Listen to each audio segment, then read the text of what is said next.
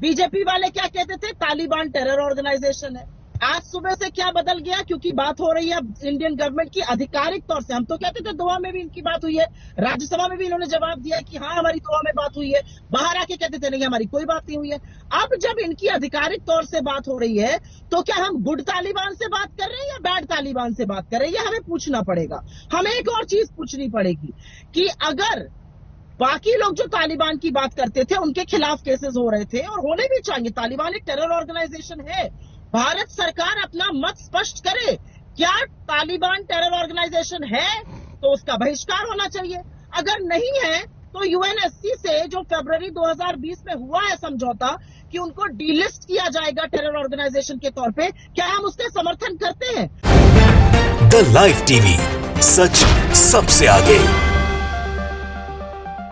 नमस्कार, मैं हूं Iqbal Parvez. The live TV में आपका स्वागत है। साथियों, जिस तरह से अभी आपने जो संबित पात्रा की धुनाई देखी है, वैसी ही धुनाई हम आगे भी आपको दिखाएंगे। कई दिनों के बाद संबित पात्रा टीवी पर डिबेट करते हुए नजर आए और आते ही उनकी अच्छे से कुटाई हो गई। जी हाँ, कुटाई का मेरा मतलब है शब्दों से कुटाई, विचारों से कुटाई। भारतीय जनता पार्टी हो या फिर गोदी मीडिया, इनके पास वैसे दो चार मुद्दे ही हैं जो जिन पर ये बहस करते हैं और जिनके नाम पर लगातार नफरत बांटते हैं। वो है हिंदुस्तान पाकिस्तान, मंदिर मस्जिद, उसके बाद हिंदू मुसलमान, और अब एक नया मुद्दा मिल गया है तालिबान। जी हाँ, तालिबान का पिछले 20-22 दिनों से काफ़ी चर्चा है। काफ़ी जिस तरह से तालिबान वापस आया है अफ़गानिस्तान पर और जिस तरह से उन्होंने कब्ज़ा किया है या फिर वहाँ पर अपनी सरकार बनाने जा रहे हैं, उसको लेकर हर रोज़ बस भारत में अपने मुद्दों को छोड़कर तालिबान के मुद्दे पर बहस जारी है और बार बार ये कोशिश लगातार की जा रही है कि मुसलमानों को बदनाम करने की। और जाहिर सी बात है कि अफ़गानिस्तान का नाम या तालिबान के नाम पर जो डिबेट हो रही है, इतनी बहस हो रही है,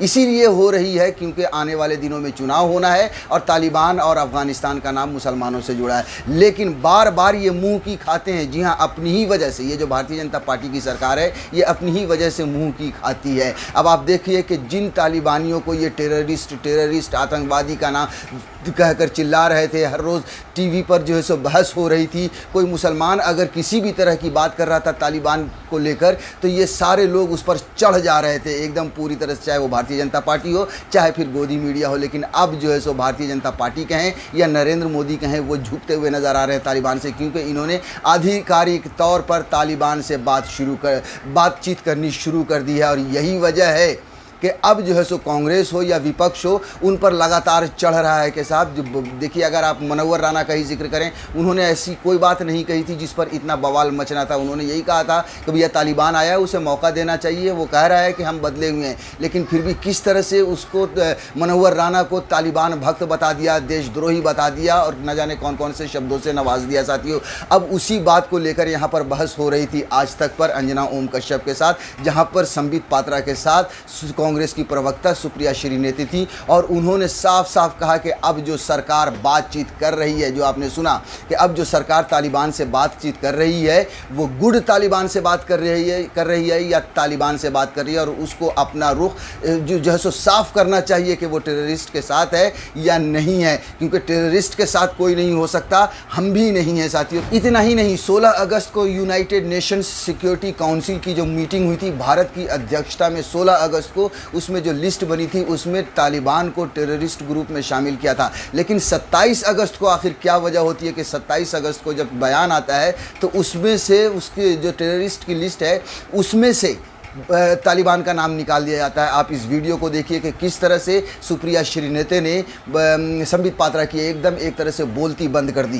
भारत ने यूनाइटेड नेशन सिक्योरिटी काउंसिल की अगस्त में अध्यक्षता करी और हमारी ही अध्यक्षता में 16 अगस्त को एक बयान आया जिसमें तालिबान का नाम था टेरर ग्रुप में, और 27 अगस्त के बयान में वो नाम हटा दिया गया, तालिबान का अफगान ग्रुप बोल दिया गया। हमने क्यों ऐसा काम किया? हमें तो आशा थी कि मोदी जी वहाँ पर मुस्तैदी से बात रखेंगे और कहेंगे कि तालिबान टेरर ऑर्गेनाइजेशन है, तो इनको हटाया गया। मैं जानना चाहती हूँ साथियों, भारत की जो फॉरेन पॉलिसी रही है उस पर भी सुप्रिया श्रीनेती ने भारतीय जनता पार्टी की कहें या फिर संबित पात्रा की कहें बोलती बंद कर दी, क्योंकि देश के प्रधानमंत्री बनने के बाद नरेंद्र मोदी ने पूरी दुनिया का भ्रमण किया और न जाने किस किस तरह की बातें हुई कि नरेंद्र मोदी ने ऐसे कर दिया वैसा कर दिया, लंबा लंबा फेंकना चालू था गोदी मीडिया पर। लेकिन अब समझ में आ रहा है कि फॉरेन पॉलिसी में कितनी बड़ी चूक हुई है या किस तरह से भारत को लगातार झटके पर झटका मिला है। अब साथियों हम आपको एक और वीडियो दिखाने जा रहे हैं जहां पर एक बार फिर से सुप्रिया श्रीनाथ ने बोलती बंद कर दी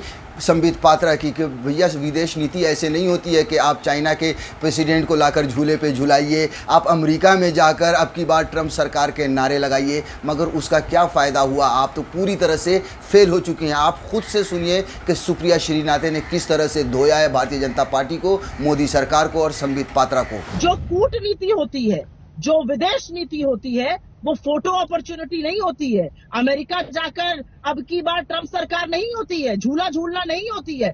आपकी विदेश नीति पूरी तरह से फेल हो गई है। उसका नमूना ये है कि रशिया ने ट्रोइका प्लस में हमें नहीं रखा, अमेरिका ने 125 देशों के साथ बयान जारी किया, उसमें भारत का नाम नहीं था। आज रशिया और अमेरिका जो हमारे दो अच्छे फेयर वेदर फ्रेंड्स थे, उन्होंने भी हमें तिलांजलि दे दी है। इसका जो ठीकरा है वो किसके सर फोड़ा जाएगा?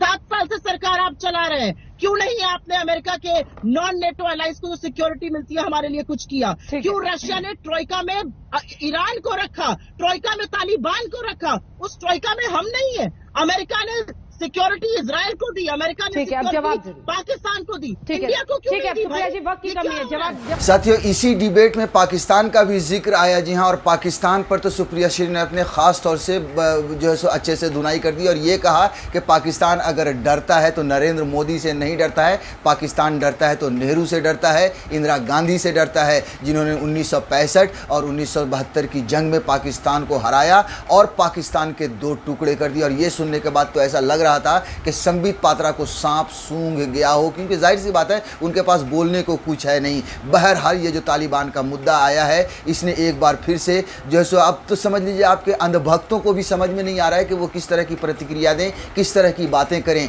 क्योंकि अब तक जो पाकिस्तान जो तालिबान के बारे में जो इतना हंगामा हो रहा था कि टेररिस्ट है, जुल्म कर रहे हैं, टेररिस्ट है, भारत जो है सो कभी तालिबान का समर्थन नहीं कर सकता। इस देश के जितने अंधभक्त और नफरतबाज हैं, मोदी सब समर्थक हैं, वो सब तालिबान के ख़िलाफ़ आप समझ लीजिए कि अपने अपने घरों में या अपनी अपनी ज़ुबान से तलवारें खींच कर खड़े थे। मगर जब से नरेंद्र मोदी की सरकार ने एक सरकारी घोषणा हुई है कि वो तालिबान से बात कर रहे हैं, तब से सबके ज़ुबान पर चुप्पी सधी हुई है कि आखिर अब वो बोले तो क्या बोलें, क्योंकि अंधभक्तों के पप्पा ने ही तालिबान के साथ एक तरह से बातचीत करनी शुरू कर दी। साथियों सुप्रिया श्रीनाथ ने जिस तरह से धुनाई किया जब वो वीडियो सोशल मीडिया पर आया है, उसके बाद आप सोच लीजिए कि बहुत सारे लोगों ने बहुत अच्छे कमेंट्स भी दिए हैं। देखिए कविंद्र राय हैं, वो ये कहते हैं कि इसके बाद प्रवक्ता ने पाकिस्तानियों के सामने लीड कर दी। जी हाँ, और बैक स्ट्रोक है वो लिखते हैं कि आपसे भी डरते हैं टीवी पर, मोर पावर टू यू। मतलब ये है कि संबित पात्रा की तरफ ये इशारा कर रहे हैं कि ये आपसे भी डरते हैं, आपको और शक्ति मिले। उसके अलावा सोने की चिड़िया है, उन्होंने लिखा है मातेश्वरी। मतलब जो है सुप्रिया श्रीनाथ ने जिस तरह से अपनी बातें रखी और जिस तरह से भारतीय जनता पार्टी की या संबित पात्रा की बोलती बंद की, उसकी ये लोग सराहना कर रहे हैं सोशल मीडिया पर भी। साथियों द लाइव टीवी, सच सबसे आगे।